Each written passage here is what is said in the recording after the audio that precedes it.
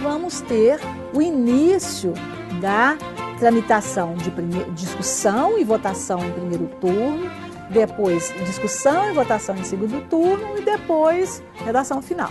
Esse é um processo complexíssimo, com abertura de para emendas, e nessa fase abertura em plenário, né? Então nós temos a abertura já em plenário para apresentação de emendas.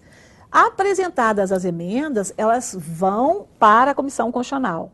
Na Comissão Constitucional, né, há o parecer, o relator se manifesta sobre todas elas, né, esse parecer é votado na comissão e é submetido ao plenário.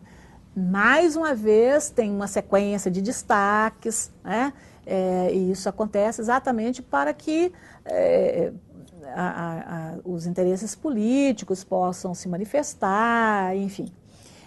Da mesma forma, nós temos uma sequência já no segundo turno, para uma discussão e depois votação em segundo turno, até chegar, né, na redação final, com todo o cuidado, e aí já objeto de uma comissão, dos cuidados, né, de uma comissão especializada, coordenada pelo Dr. Adonis Martins Moreira e pela doutora Natália de Miranda Freire e outras pessoas da área de língua portuguesa e de técnica, trabalharam intensamente para que a redação final fosse aprovada.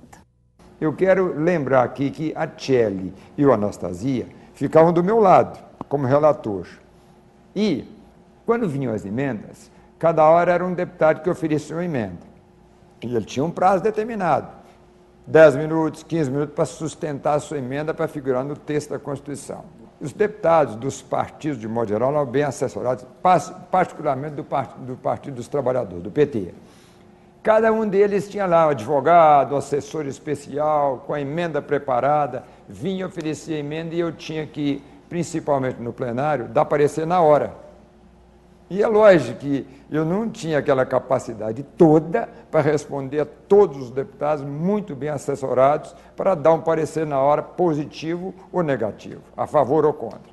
E quem é que me ajudava sob maneira que está do meu lado? Era a Tchely ou a Anastasia, que eram os dois meus assessores, meus anjos da guarda, que o tempo todo nos ajudavam e nós dávamos os pareceres sempre a favor ou contra, de acordo com o interesse maior da Constituição Mineira. Olha só, o regimento da Assembleia estabelecia que os projetos deviam ser votados artigo por artigo.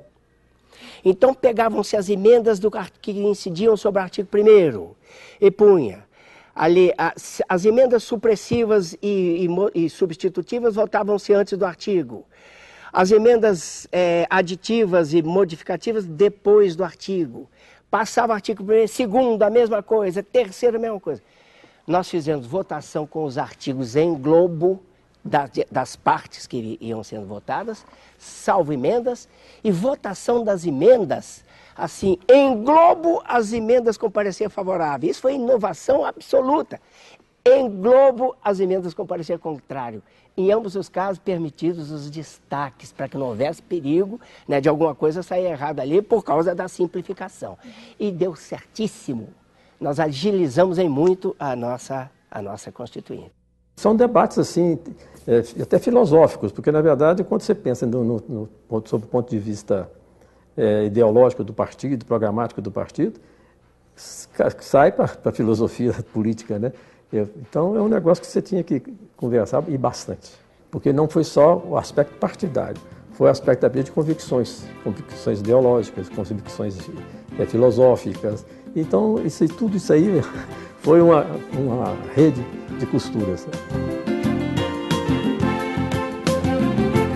Todos aqueles princípios consagrados na Constituição Federal, nós trouxemos para a Constituição Mineira e incluímos mais este. Mas aquilo que era razoável para inserir no texto e na vida do povo de Minas Gerais. Muitas vezes se tem o princípio da eficiência, princípio da moralidade, princípio da legalidade, são princípios que objetivamente, né, muitas vezes se podem aferir, né, mas o princípio da razoabilidade, o que é razoável?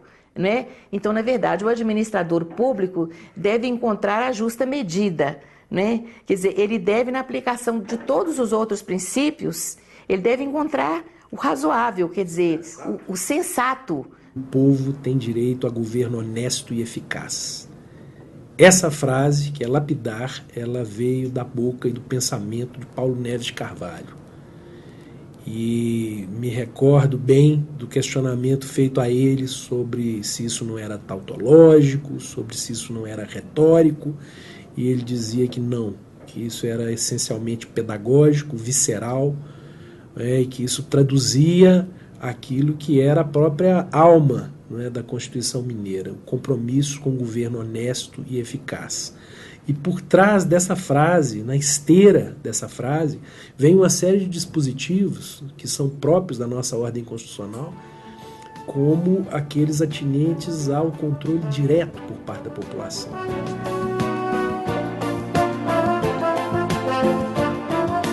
O professor Raul Machado Horta sugeriu adotar a medida provisória no texto da Constituição Estadual. E havia uma tendência enorme de se colocar aqui dentro a proibição, aliás, a proibição não, a permissão para a emissão de medidas provisórias. O Constituinte de Minas foi extremamente feliz ao não permitir esse instrumento, porque hoje nós percebemos que uma das grandes causas que fecha a pauta do Congresso Nacional é essa edição exagerada das medidas provisórias. Não houve uma aceitação muito grande por parte dos estados e dos municípios, de trazerem para os seus próprios atos fundamentais a medida provisória. Mas houve estados que a adotaram. Mas já houve decisão do Supremo Tribunal Federal entendendo que não é inconstitucional que o estado e o município adotem a medida provisória. Só não é recomendável, na verdade, a gente diz, porque é um ato autoritário, não é? É uma exceção, na verdade, ao poder de legislar, que é do poder legislativo.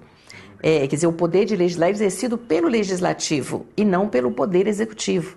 E nós não queríamos trazer aquele ranço do governo militar aqui para Minas Gerais. Então, as medidas provisórias não se justificavam aqui em Minas Gerais, que ia exatamente na contramão da tendência democrática do povo do estado de Minas Gerais.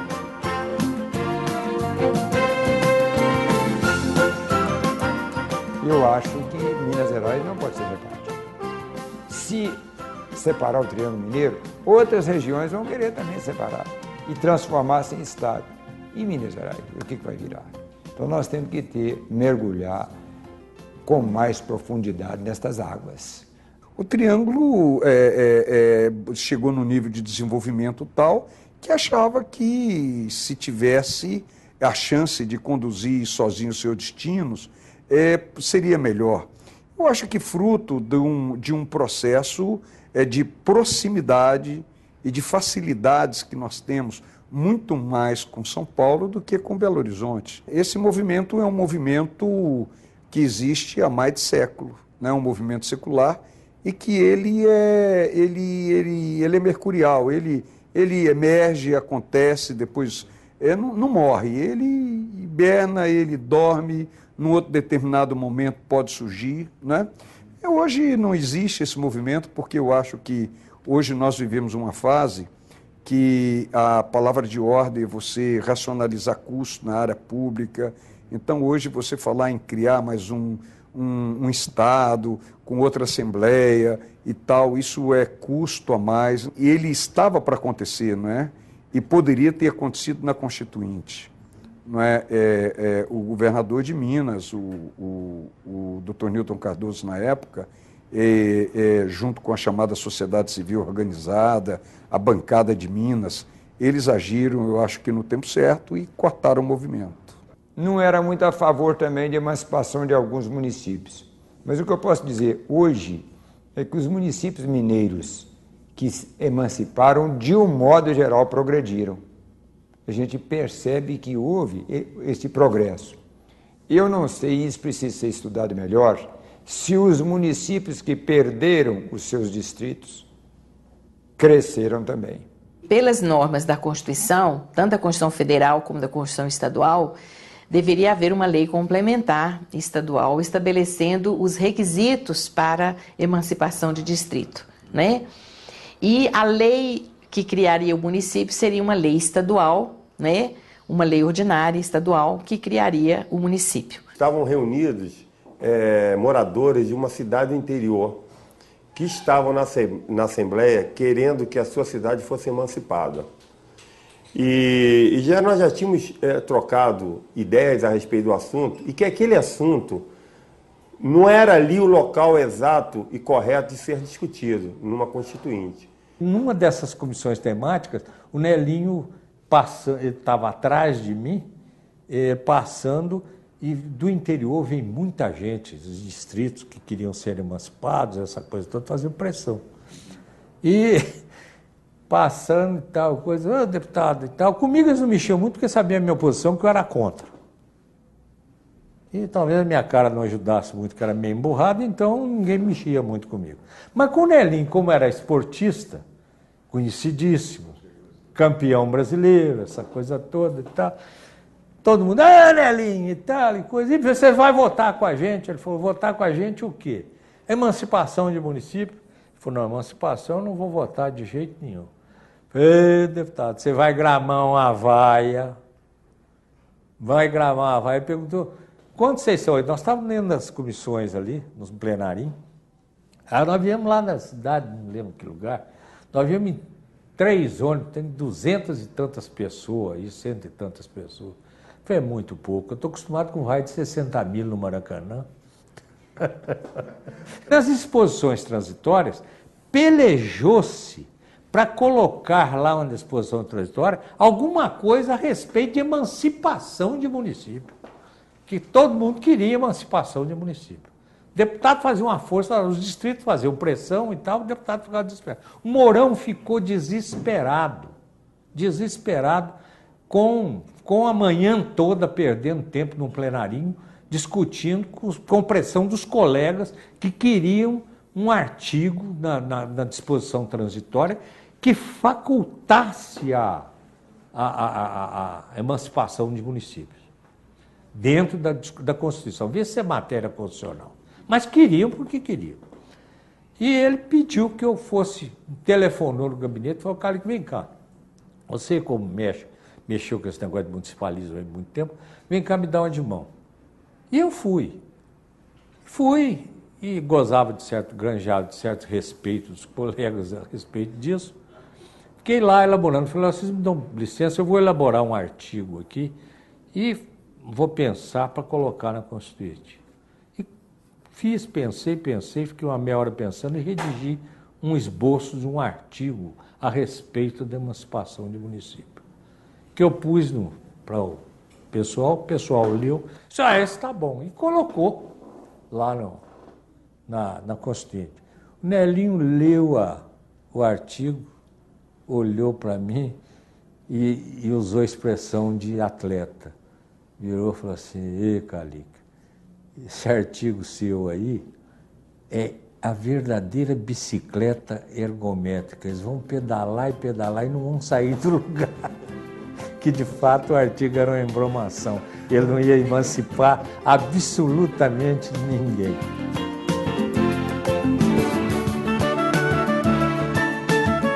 A emenda do parlamentarismo, tão bem defendida pelo ex-deputado e saudoso deputado Jorge Hanas, da região de Manhuaçu.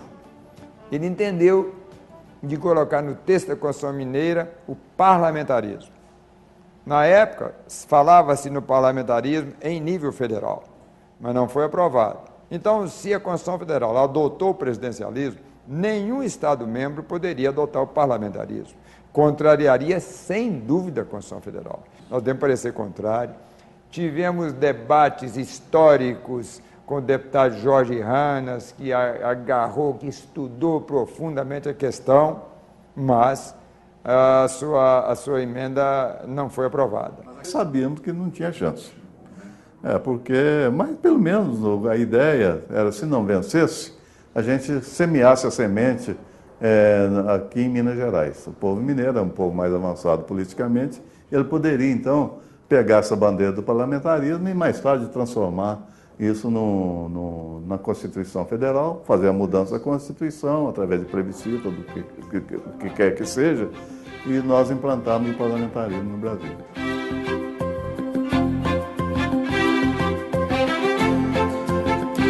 Minas Minas é o primeiro produtor nacional de leite. E isso representa muito em termos econômicos, na economia mineira em si.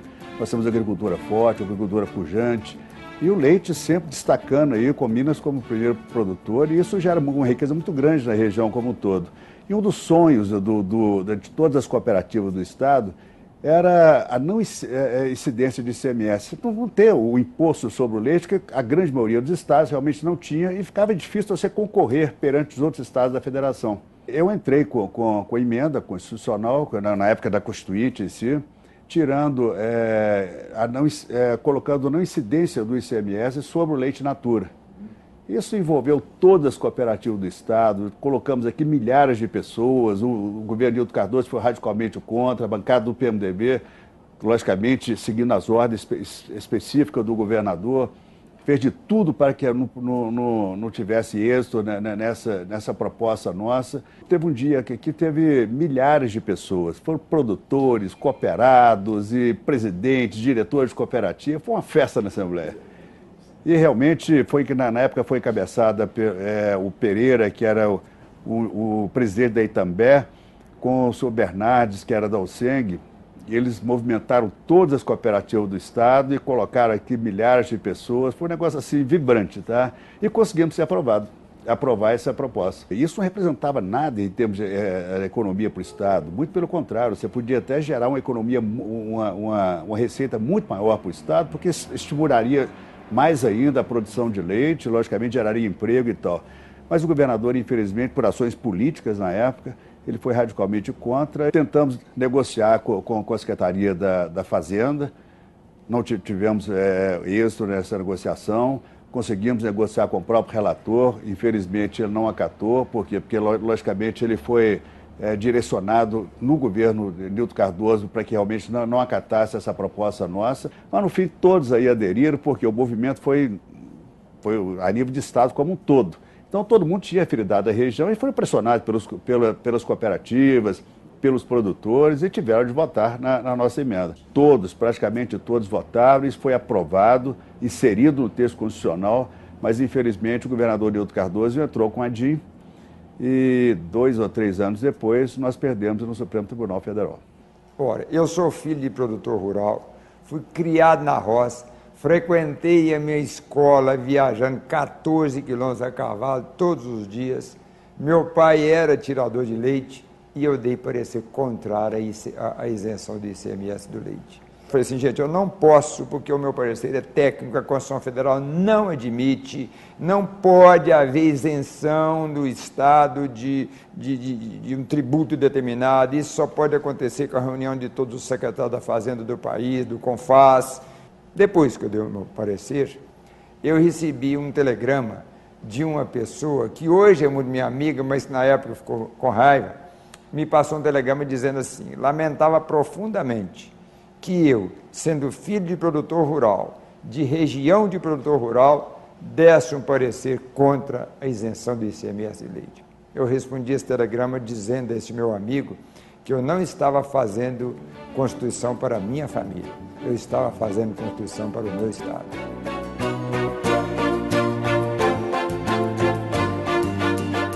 Em relação às entidades da sociedade civil, né, elas também se organizaram por conta própria. Elas formaram um comitê constituinte. Esse comitê tinha participação de 70 entidades. Eles se organizaram aqui, em diversos pontos do Estado também, recolhendo assinatura para suas propostas. Então, de emendas populares, a Assembleia recebeu 22. Do Comitê Popular Constituinte, foram 7. As demais eram de entidades que tinham uma grande força de mobilização, capilaridade no interior, que conseguiram aquele número expressivo de 5.000 assinaturas para apresentar a emenda popular. Então, teve emenda dos funcionários da Minas Caixa, dos supervisores pedagógicos sobre a questão de carreira, salário e da criação do município de Jaíba. Nós tínhamos uma central de movimentos populares, onde o pessoal da igreja, né, das igrejas progressistas, né, das comunidades de base participavam ativamente. Então, assim, essa central, nós atuamos tanto na Constituinte Federal quanto na Constituinte, né, estadual. Nós reuníamos ali todo o movimento popular, movimento de creche, de todas as lutas no Estado. E nós, a partir dali é que nós fazíamos, né, toda a mobilização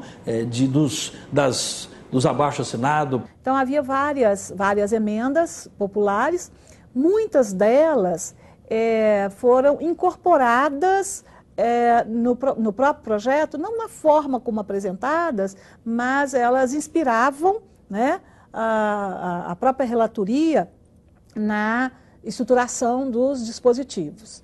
O problema nosso é que o governador de Minas Gerais, ao promulgar a Constituição Federal no dia 21 de setembro, né, de 89, ele promulgou a Constituição Estadual através de uma festa, né, uma participação, né? Só que dias depois ele entrou com várias ações de inconstitucionalidade no Supremo Tribunal Federal, ele mesmo, pessoa, né, o Nilton Cardoso, onde ele contestava tudo aquilo que promulgou. Esses avanços do ponto de vista de que as 22 emendas, elas incomodaram muito as pessoas, mas elas também trouxeram muito alento, muita vontade de participação.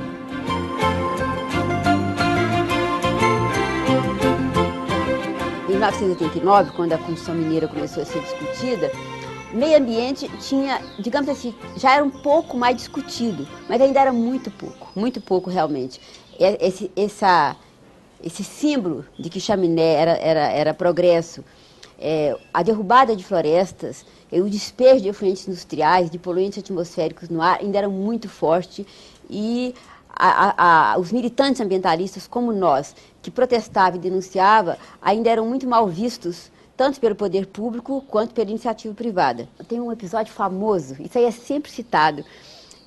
Na primeira Conferência Mundial do Meio Ambiente que houve em Estocolmo, em 1972, foi o primeiro grande marco no mundo que começou a pensar: peraí, alguma coisa está acontecendo de errado, nós temos que repensar esse modelo. Aí o general Costa Cavalcante, que era então ministro do exterior da ditadura militar, foi representar o Brasil. E essa questão foi famosa porque, em determinado momento, em alto e bom tom, ele declarou que as empresas poluidoras viessem para o Brasil agradeceria a poluição e o progresso que elas trariam. Isso foi a marca da posição da ditadura militar em relação à questão ambiental. Minas Gerais foi o primeiro estado a promulgar uma lei ambiental. Essa lei ambiental já foi uma lei bem avançada, já previa a competência do Estado no que se refere a conceder licença a empreendimentos potencialmente degradadores do meio ambiente, contemplando principalmente atividades industriais. Porque a atividade industrial foi, digamos, a primeira coisa que apareceu na área ambiental para as pessoas. Por quê? Porque eram as chaminés que despejavam 60 toneladas de particulados em Ipatinga, em Monlevade, na cidade industrial. Então foi o primeiro avanço, a primeira mostra da questão ambiental no país. E essa lei já previa isso. Mas a lei existir foi uma coisa, ela ser aplicada é outra. Quando a Constituição foi promulgada, digamos, ela legitimou ainda mais essa lei ordinária que já existia. Nós vimos um grande avanço na história ambiental do Brasil em 1988, com o artigo 225. Eu sou professor e vou repetir, o artigo 225 da Constituição brasileira deveria ser conhecido por todos os brasileiros, todas as brasileiras deveriam ler o artigo 225 da Constituição Federal. Trata da questão do meio ambiente, é lógico. Nós avançamos muito. Por exemplo, até na questão do trato do Ministério Público Estadual em relação ao Ministério Público Federal na questão ambiental, naquela oportunidade, em 1989, nós avançamos no trato do Ministério Público, inclusive nas questões ambientais. Para dizer claramente, o Ministério Público Estadual de Minas tinha mais poder do que o Ministério Público Federal na questão ambiental, na questão florestal, em 1989. Do artigo 225, que diz que o direito ao meio ambiente equilibrado e sadio é direito e dever de todos. Todos incluem a iniciativa privada, inclui o cidadão e inclui o poder público. Quando nós nos mobilizamos junto com outras entidades para levar questões ambientais ao capítulo de meio ambiente da Constituição Estadual, felizmente nós já contávamos com muito poucos. Felizmente hoje aumentou. mas significativos deputados que nos apoiaram nesse pleito. Esse apoio foi muito importante, tanto porque nos facilitou levar nossas propostas, já que cabia a eles defender em plenário, que eles eram o nosso canal de entrada, participar das audiências públicas, então foi fundamental. Nós fizemos um documento, na época, assinado por todas as entidades, não somente pela ANDA, e encaminhamos através do deputado Ronaldo Vasconcelos, que foi, digamos, aquele que recebeu o documento, mas nós contávamos com o apoio constante também do então deputado Raul Messias Franco, do Nelinho, da Sandra Starling e do Nilmar Miranda. Assinaram e participaram também da elaboração, é claro.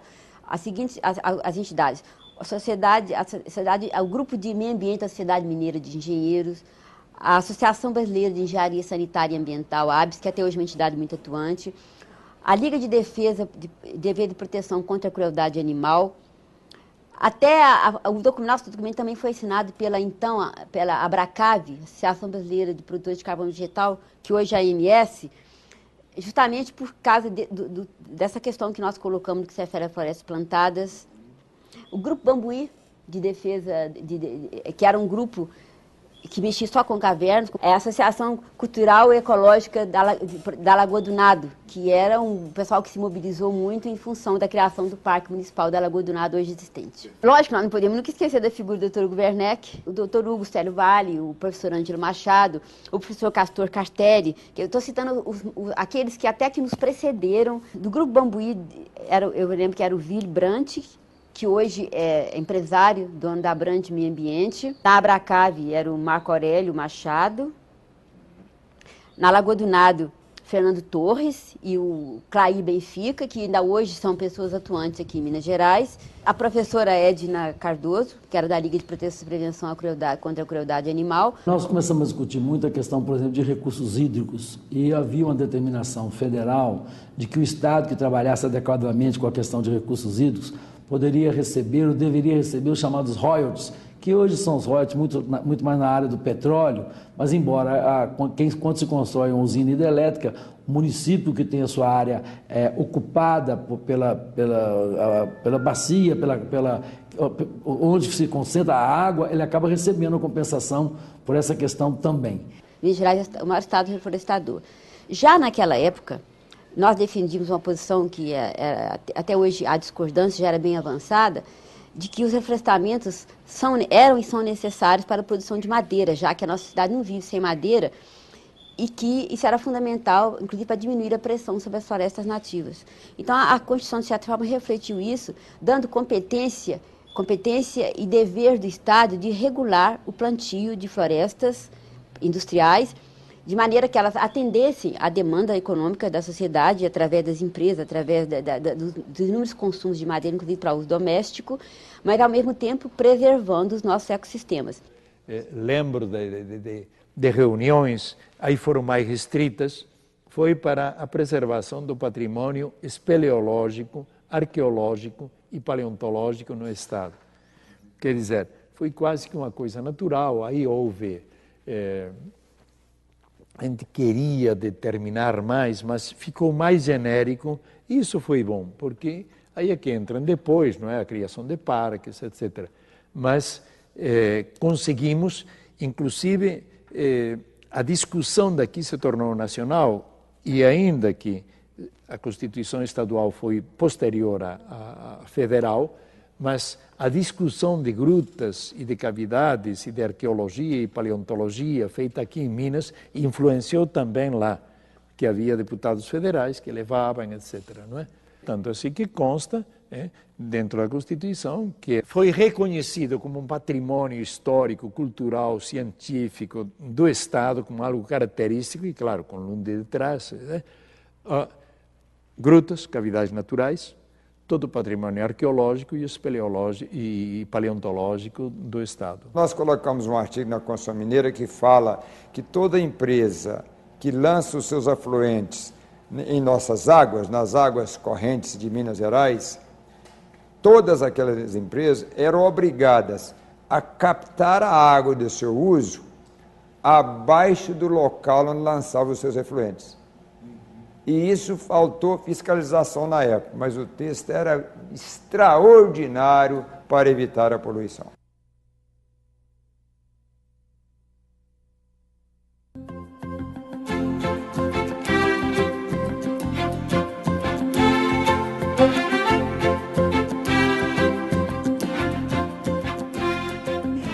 No processo de redemocratização pós-ditadura militar, onde a sociedade se descobre acompanhando uma certa dinâmica da institucionalidade em todo o mundo, que era necessário avançar.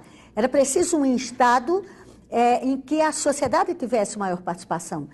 E o Brasil descobriu, na formulação dos conselhos, uma forma de fazer com que a sociedade organizada tivesse vez em formular políticas. E aqui em Minas, na Constituinte de Mineira, a grande conquista foi o Conselho relativo aos direitos da criança e do adolescente. Formou-se um grande movimento para que se assegurasse na Constituição Federal um artigo específico para a criança e adolescente, que ele não ficasse dentro do título da família, só do título da assistência, mas que tivesse um específico para a criança e adolescente.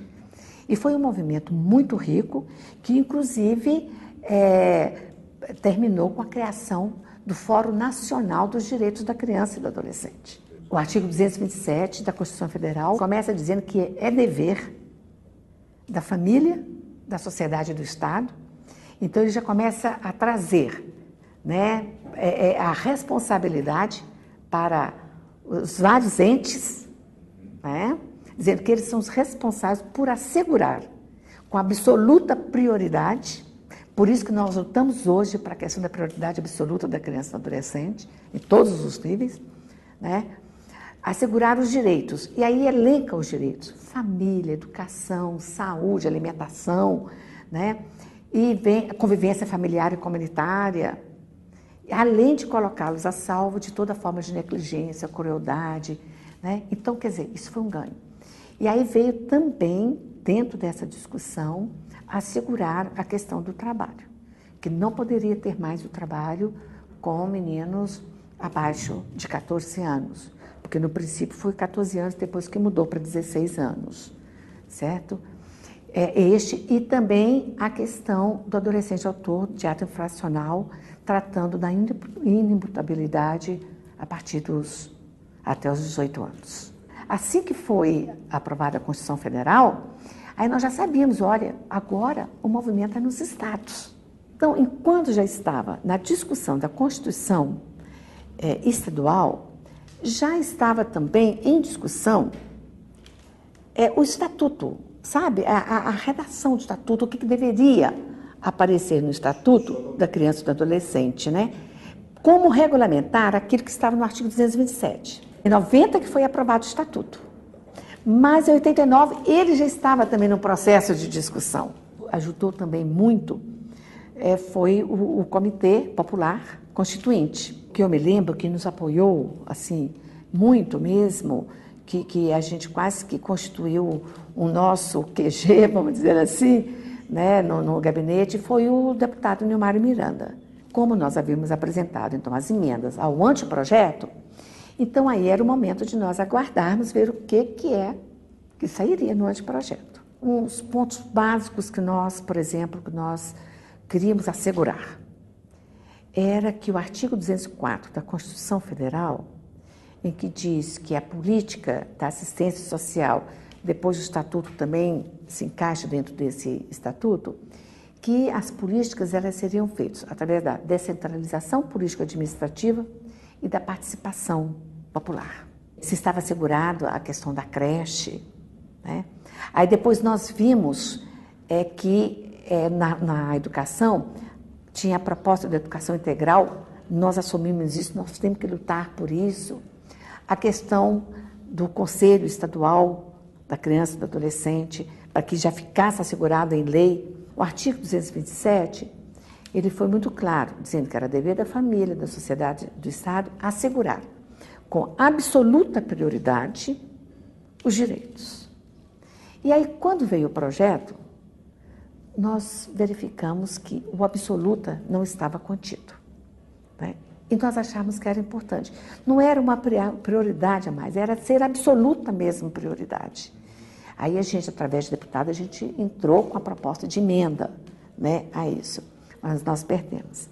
A Constituição estadual, ela não aparece a palavra absoluta, ela aparece prioridade. Uma outra discussão também que nós vimos, quando nós apresentamos a questão do conselho, da criação do Conselho Estadual da Criança e do Adolescente. Por quê? Isso já estava lá no Estatuto, a criação dos conselhos. O Estatuto da Criança e do Adolescente. Então, já tinha lá a proposta da criação dos conselhos, né? Então, nós vamos assegurar já na lei, porque aí já fica claro, pronto, já está ali né? A criação do Conselho da Criança e do Adolescente. Seria uma instância, né, da sociedade civil e do governo, portanto, uma instância paritária, metade da sociedade civil e metade do governo, né, para discutir, para deliberar e definir a política para a criança e adolescente no Estado. E controlar as ações também. Então, quer dizer, não bastava, isso vem da Constituição Federal, não bastava deliberar a política, é preciso controlar as ações. Bom, então, era importante, nós queríamos, porque assegurava, inclusive, a participação da sociedade civil organizada. Quando veio o projeto, um outro artigo que nós verificamos era esse relacionado à criação do conselho. Então, veio a criação do Conselho da Criança e do Adolescente, mas assim, um conselho, criança, adolescente, idoso, pessoa com deficiência, etc. Né? E na visão, no caso dos parlamentares, é que estava inclusive ampliando, que não era um conselho só da criança, mas era um conselho maior, né? Mas é porque não tinha a percepção de que não, nós queríamos era um específico mesmo. E depois todos os outros foram criados, né? E também a questão da paridade também não estava bem observada, sabe? Era 2/3 governo e 1/3 sociedade, mas isso estava, inclusive, contra o que já estava posto a orientação do Estatuto, que era paritário e tudo, sabe? Bom, aí nós conseguimos também, entramos com emenda nesse sentido. E esse aí nós conseguimos, né? Apareceu, aí veio depois o Conselho da Pessoa de Deficiência, aí até outros conselhos também depois foram. Mas nós conseguimos, este aí nós conseguimos assegurar na íntegra. E aí veio logo em seguida o Estatuto, nós continuamos dentro do mesmo processo, né? E depois nós continuamos dentro do mesmo processo para a implantação do Estatuto da Criança e do Adolescente, né? Que é resultado de toda essa discussão que nós estamos falando aqui. Aí nós entramos na discussão da criação do Conselho Estadual em Minas Gerais.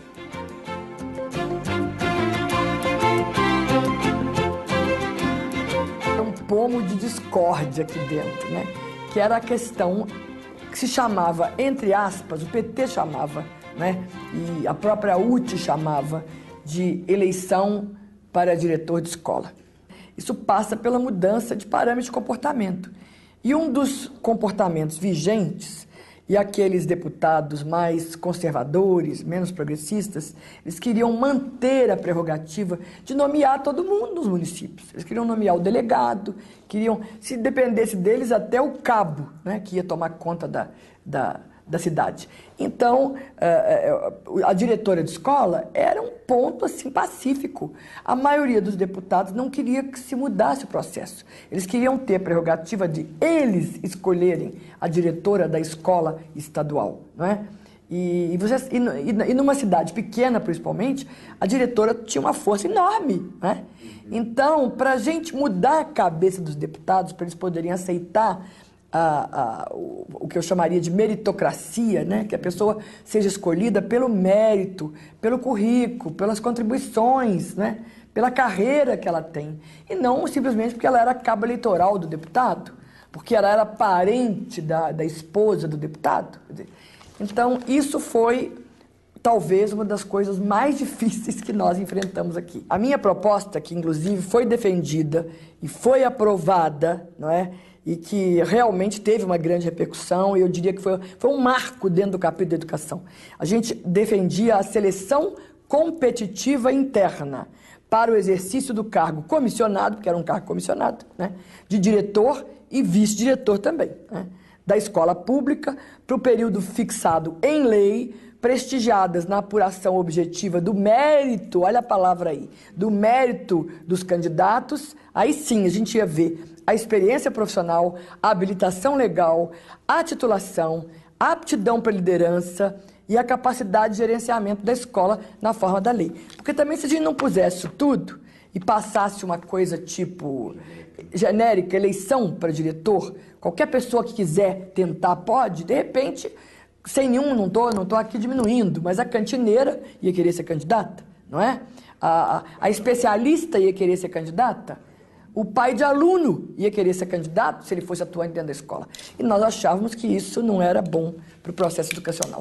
Então, é claro que a gente tem que aceitar os pontos de vista divergentes, mas eu creio que foi uma grande vitória nossa do capítulo de educação conseguir colocar isso na Constituição Mineira, que, quer dizer, como diz, nada mais foi como antes do quartel de Abrantes, né? A partir daí, com essa mudança, mudam outras coisas, né? É um processo que não tem retorno, né? Foi, não volta mais.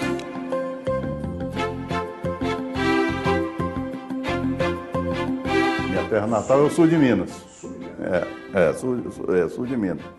A única região densamente povoada onde não existia uma universidade pública era o sul de Minas.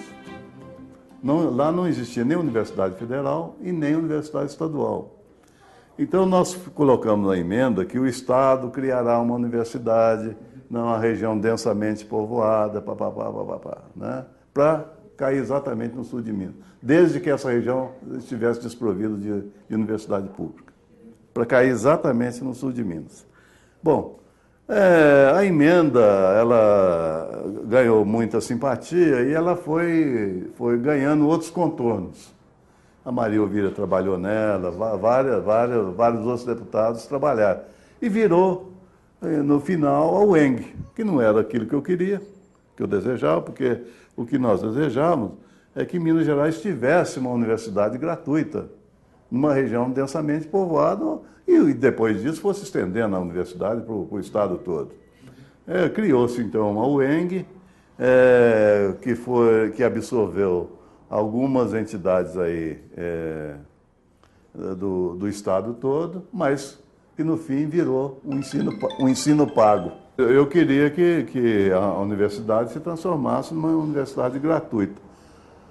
A universidade, então, que ganhou corpo com ela foi a Unimonte, porque ela virou uma universidade gratuita, uma bela universidade, os seus cursos hoje são aí espalhados pelo norte de Minas todos, mas a região que eu queria atingir não foi atingida, que era o sul de Minas, né? Porque Juiz de Fora tinha Universidade Federal, aqui tinha Universidade Federal, Viçosa tinha a sua Universidade Federal, o Triângulo Mineiro tinha a sua Universidade Federal, apenas o sul de Minas não tinha Universidade Federal. Bem, a UENG, infelizmente, não se tornou naquilo que a gente queria que ela se tornasse, que é uma universidade aí espalhada por todo o estado, né, pulverizada, com vários campos, né, e a única entidade, assim, vamos dizer, vencedora foi a Unimonte. Ela, sim, conseguiu se firmar lá no norte de Minas. E graças ao trabalho, não só dos parlamentares de lá, como também muito trabalho dos regionais. Parecia muito mais uma coisa para atrair voto do que uma realidade. Num projeto vinha, vamos criar. E daí? Qual era o orçamento? Onde ia se localizar? Qual a estrutura? Quem ia pagar? Quem ia financiar? Quais professores? Ia ter concurso? Não ia ter concurso? Não se sabia nada.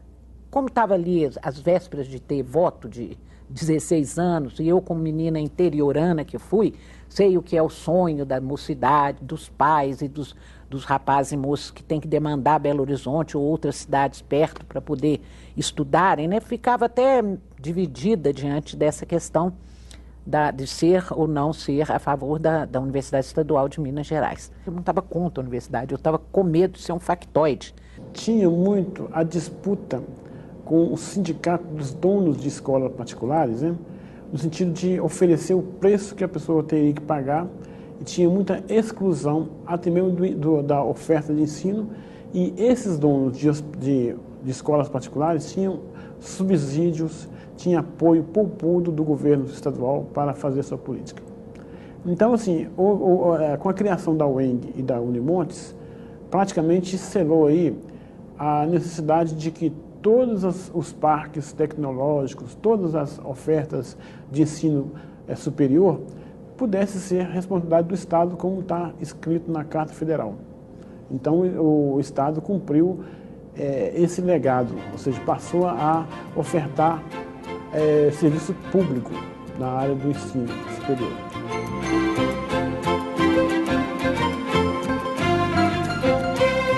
Talvez o mais articulado de todos foi o lobby da ciência e tecnologia, capitaneado pelo professor Paulo Paiva. E ele, juntamente com vários outros professores da universidade, muito vinculados à deputada Sandra Starling, que teve um papel muito importante nessa emenda, apresentaram uma coisa que não existia em Minas, que era a vinculação constitucional dos recursos da ciência e tecnologia. A FAPEMIG foi criada, escolheu-se o primeiro conselho curador, aí começou a discussão quem seria o presidente da FAPEMIG.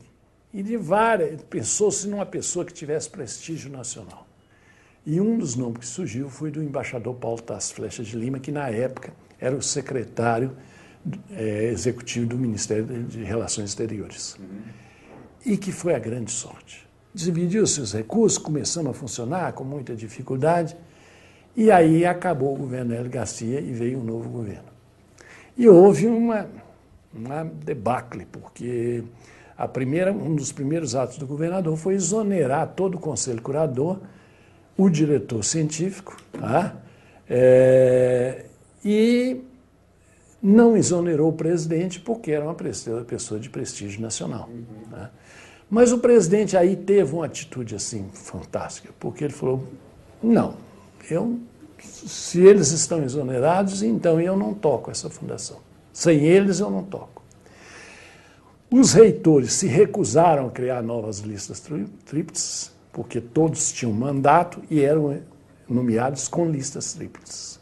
Então os reitores se recusaram a indicar novos nomes para as listas tríplices e as comunidades científicas se rebelaram e falaram, olha, nós não aceitamos isso. Então, sociedades científicas vieram, o presidente da SBPC, presidente da Sociedade Brasileira de Física, Sociedade Brasileira de Química, vieram a Belo Horizonte e fizeram um movimento e o governador acabou retrocedendo e renomeando todo mundo. Mas esse fato é importante para justificar por que nós entramos de peito aberto na história da Constituinte Mineira. É que nós percebemos que com todos os cuidados que nós tivemos ao montar a instituição, dando mandato às pessoas, assegurando um critério assim de julgamento sério e responsável, sabe, dos projetos, ainda assim nós não tínhamos conseguido garantir os recursos para ciência e tecnologia. Deus estava do nosso lado e, mais uma vez, veio a sorte de a Constituinte Federal ter acabado e estarem se iniciando os trabalhos da Constituinte Estadual. Aí a gente precisava achar quem topava essa parada lá na Assembleia. E, por sorte, a professora Sandra Starling, entendeu? Se dispôs, era professora, era uma pesquisadora também, né? Conhecia bem, porque nós não conhecíamos nada do meio político, nós éramos completamente ignorantes na língua deles, nas reações deles, entendeu? Então, e ela se dispôs a nos ajudar nessa história aí. Eu queria muito que a Constituição de Minas Gerais tivesse uma disposição semelhante ao que foi emenda de Florestan Fernandes na Constituinte Nacional, permitindo que os estados vinculassem verba para ciência e tecnologia. Assim formamos uma conseguimos constituir, através de muito contato, etc., fóruns, né, de pesquisadores estaduais e federais. No início foi uma briga entre eles, porque começa todo mundo, quem tem pouco dinheiro tende a brigar, né, pelo um pouco mais que venha, mas depois funcionou às mil maravilhas, produzimos um texto maravilhoso, 3,5% de destinação orçamentária para a FAPEMIG, Fundação de Amparo à Pesquisa do Estado de Minas Gerais, e 2/3 dessa verba deveria ser aplicado no sistema estadual e 1/3 no sistema federal de pesquisa. E para que isso passasse, então, o meu lema era assim: não quero saber quem é o pai da criança. A criança tem que nascer. A criança que está viva, forte, bonita, tem que nascer. Então eu não assinei nada. Tudo era feito lá no meu gabinete. Um outro problema complicado é que nós tínhamos que convencer os deputados. E o cientista, ele é incapaz de perceber que o mundo não é o mundo da ciência e da tecnologia. A língua dele é uma língua complicada, difícil de ser compreendida. E então aquilo, o cientista ia na Assembleia, conversava com o deputado, ele começava a falar, daí 5 minutos o deputado começava a bocejar. Né? Por outro lado, os deputados também não conseguiam compreender a nossa ignorância em assuntos políticos. Uma vez eu fui à Assembleia para conversar com o deputado, que a formação dele era de bacharel em Direito, e ele, na verdade, ele era um delegado de polícia. Né? E aí eu fui falar sobre ciência e tecnologia para ele.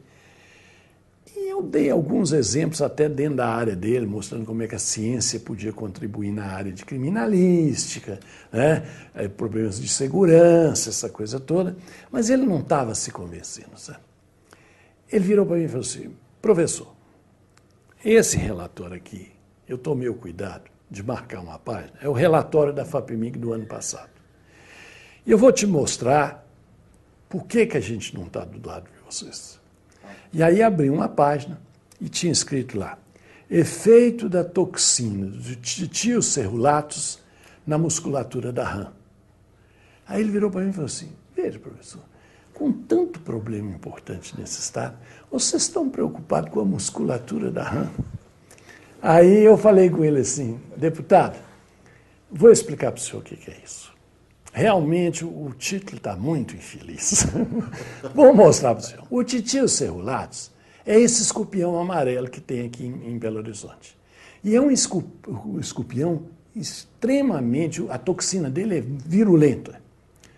E eu vou fazer até uma brincadeira com o senhor, não me leve mal não, mas para o senhor entender bem, eu vou explicar bem assim, visível o problema.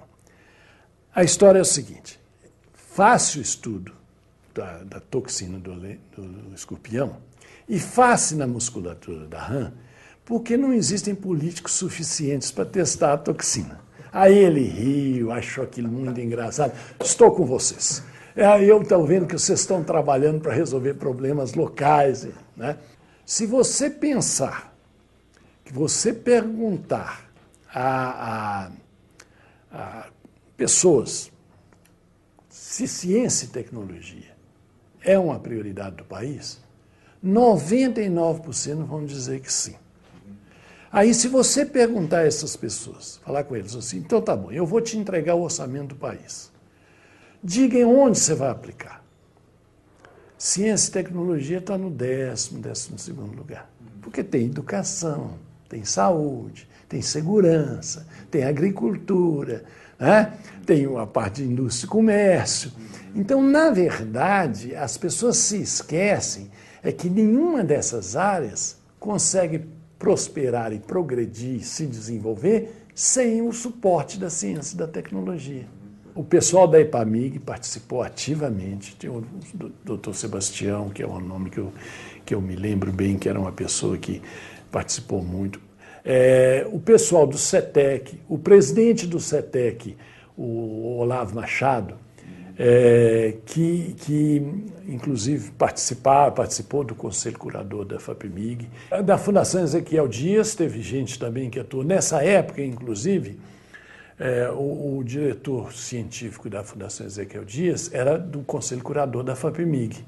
Então, ele ajudou muito a movimentar a Fundação Ezequiel Dias a participar nesses encontros, nessas discussões. O pessoal dos institutos de uma maneira geral, e nós, inclusive, tivemos, através do Olavo Machado, a participação de empresários que conversaram com deputados e falaram, nós temos o maior interesse. E aí a coisa mudava um pouco de figura, porque o deputado fala, bom, agora quem está falando não é um professor Pardal. O assessor do deputado José Bonifácio Mourão, que era o relator da Assembleia, era o professor Antônio Augusto Anastasia, que nos ajudou assim imensamente na história, porque ele era muito jovem, mas já era uma pessoa assim, conhecedora de direito constitucional com profundidade e que resolveu certos problemas que nós tínhamos. Por exemplo, nós queríamos que constasse o nome da FAPEMIG na Constituição do Estado. E ele falou conosco, isso não pode. A Constituição, ela não consta nome de instituições. Ela dá a regra geral, os comandos, mas citar, aí nós insistindo com ele que precisava ter, porque se não tivesse, depois o recurso podia ser diluído entre outras instituições e não atenderia o destino. Até que ele achou uma solução que resolveu o problema, é que ele colocou nas disposições transitórias um artigo 294 das disposições transitórias que dizia que os artigos previstos no capítulo de Ciência e Tecnologia, os recursos seriam alocados através da Fundação de Amparo à Pesquisa do Estado de Minas Gerais. E isso nos salvou, assim, porque várias vezes depois da Constituinte pronta, tentou-se distribuir o recurso da FAPEMIG por outras instituições. A Constituinte, ela teve uma visão de futuro, né? E os deputados colaboraram muito com essa visão de futuro, porque à medida que a gente ia conversando, eles iam se convencendo e vendo, e aí houve assim um negócio, uma empatia, começou a ter uma empatia, eles começaram a nos tratar assim como pessoas normais, não eram mais aqueles né, cientistas loucos, né? E nós começamos a ver as dificuldades que a Assembleia tinha, porque era formada de representantes do povo. E ali é uma mescla do povo. Então nós tínhamos que aprender a falar com o povo, através dos deputados. E isso foi uma conquista, viu?